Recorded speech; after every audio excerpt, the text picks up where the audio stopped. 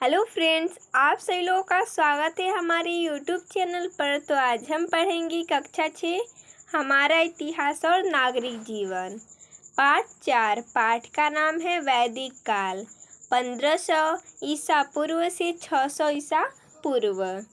तो देखिए दोस्तों, हम इस पाठ का सभी प्रश्न उत्तर देखेंगे। अभ्यास प्रश्न से प्रश्न नंबर 1 है, आर्यों के बारे में आप क्या जानते हैं, लिखिए। इसका उत्तर हो जाएगा, आर्य का अर्थ होता है श्रेष्ठ। प्रारंभ में आर्य इधर उधर घूमते रहते थे। वे कबीलों में रहते थे। वे गाय, घोड़ा, बैल आदि पालते थे। चारा, पानी तथा उपजाऊ भूमि की तलाश में वे एक स्थान से दूसरे स्थान पर घूमते रहते थे। जहाँ चारा तथा उपजाऊ भूमि मिलती थी वहीं बह जाते थे। इस प्रकार आर्य समूह में आए और नए नए स्थानों पर बसते गए।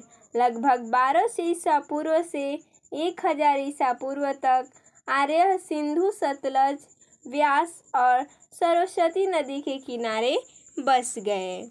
अगला प्रश्न है 2 नंबर, वैदिक सभ्यता को आर्य सभ्यता क्यों कहते हैं? तो इसका उत्तर हो जाएगा, वैदिक सभ्यता के निर्माता आर्य ही थे, इसलिए वैदिक सभ्यता को आर्य सभ्यता कहा जाता है। अगला प्रश्न है, खेती का विकास हो जाने के बाद आर्यों के जीवन में क्या परिवर्तन हुआ? तो इसका उत्तर हो जाएगा, खेती का विकास हो जाने के बाद आर्यों के जीवन में महत्वपूर्ण परिवर्तन हुए।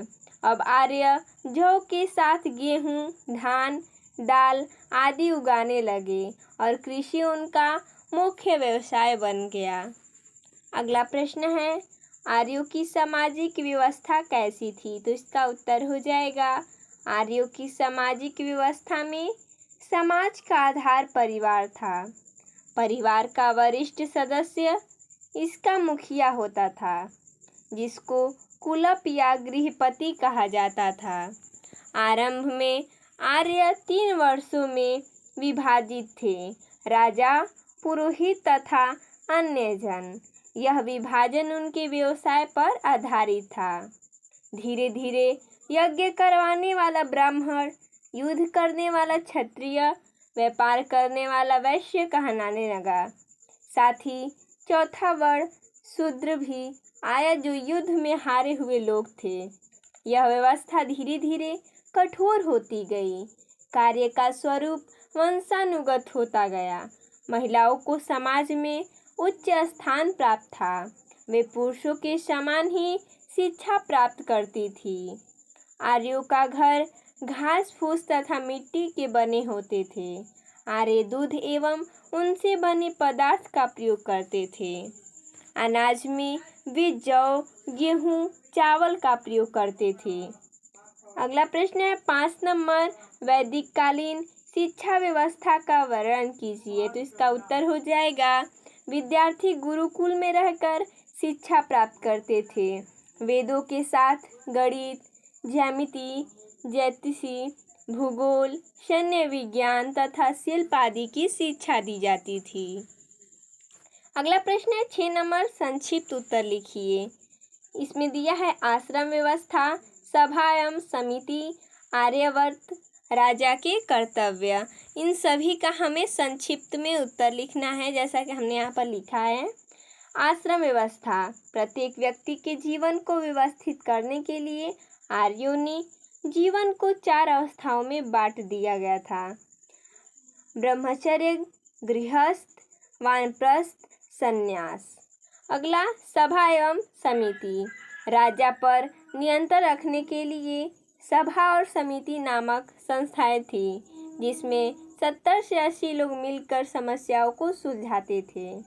आगे, आर्यावर्त, हिमालय से विंध्याचल पर्वत तक का क्षेत्र आर्यावर्त कहलाता है। राजा के कर्तव्य, राजा का प्रमुख कार्य लोगों की रक्षा करना तथा युद्ध में सेना का नेतृत्व करना था। अगला प्रश्न है, रिक्त स्थानों की पूर्ति कीजिए। प्रसिद्ध गायत्री मंत्र में है। तो प्रसिद्ध गायत्री मंत्र ऋग्वेद में है। आगे सप्त स्वर स रे ग मा का उल्लेख में मिलता है, तो इस यहाँ पर भरा जाएगा सामवेद में। सा रे गा मा का उल्लेख कहाँ पर मिलता है? सामवेद में। आगे आर्यों की भाषा थी, कौन सी भाषा थी? यहाँ पर भरा जाएगा संस्कृत की रचना महर्षि वेदव्यास ने की। तो वेदव्यास ने किसकी रचना की? महाभारत की, तो यहाँ पर भरा जाएगा महाभारत। अगला प्रश्न है, निम्नलिखित वाक्यों के सामने सही का लगाइए निशान, जबकि मतलब जैसे कि कह रहा है प्रश्न कि जो प्रश्न सही है उसके सामने सही का निशान लगाइए, अगर प्रश्न जो गलत है उसके सामने गलत का निशान लगाइए। तो देखिए हमने यहाँ पर लगाया है, ब्रह्मचर्य आश्रम में बालक शिक्षा ग्रहण करता था, ये भी सही है। लोहे की खोज उत्तर वैदिक काल में हुई, ये क्या है? सही है। आगे अर्थवेद सबसे प्राचीन वेद है, ये क्या है? गलत है। आर्यों की भाषा वैदिक संस्कृत थी, ये क्या है? सही है। तो देखिए दोस्तों, इसमें इतना ही प्रश्न दिया था। तो मिलते हैं नेक्स्ट वीडियो में, तब तक के लिए धन्यवाद दोस्तों।